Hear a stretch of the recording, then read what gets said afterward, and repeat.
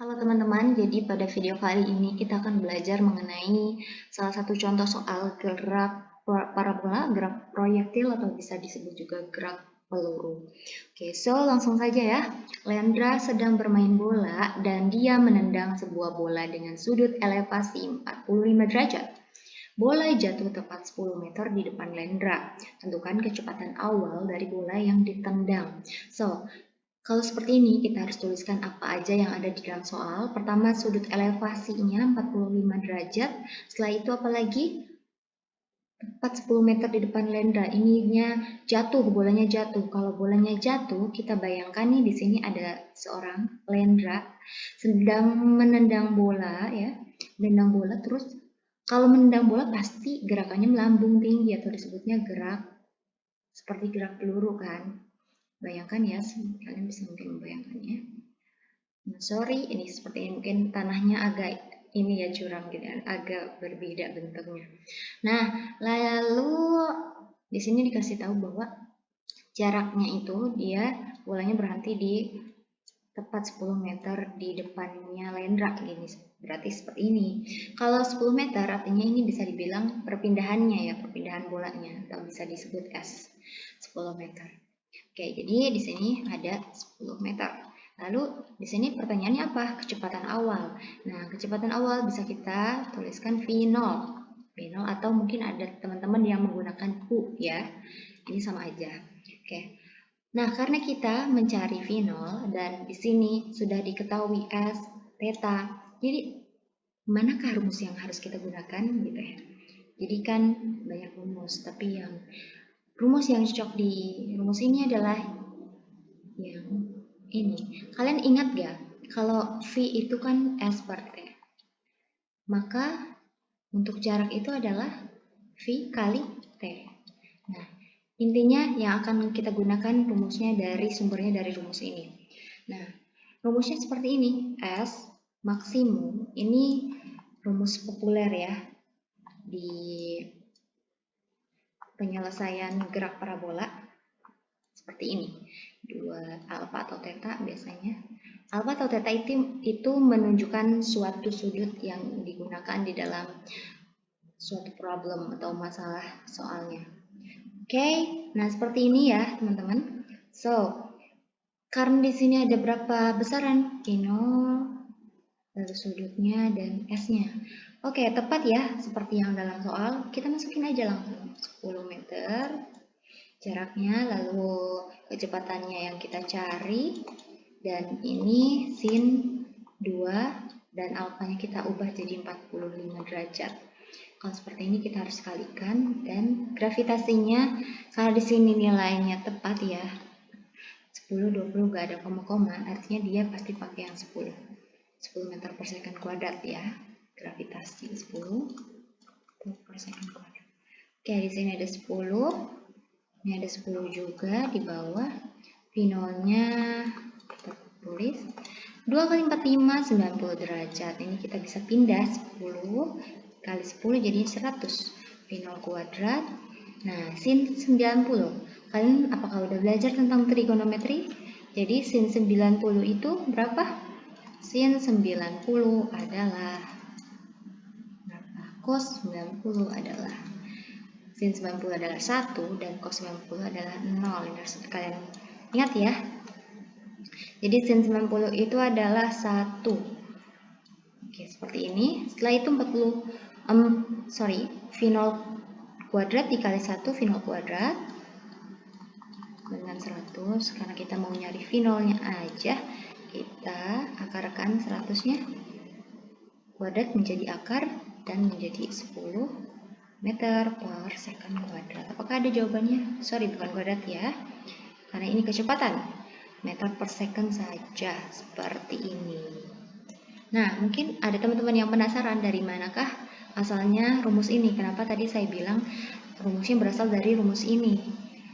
Nah, karena ini teman-teman mungkin ada yang mau tahu ya. Coba saya jelaskan. Jadi S di sini itu kan jarak yang digunakan, jarak yang ada di dalam soal ini. Nah, lihat S10 meter ini dalam sumbu apa? Kalian harus bisa memproyeksikan suatu arah gerak di sini. Kan geraknya seperti ini ya, kalau digambarkan.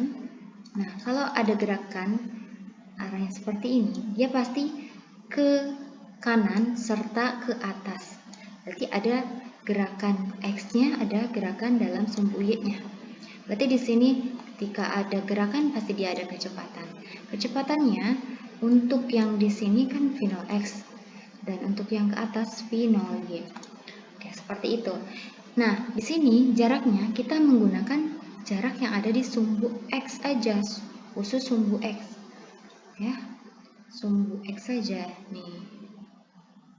Kita fokus di sumbu X ya untuk ini masalah ini.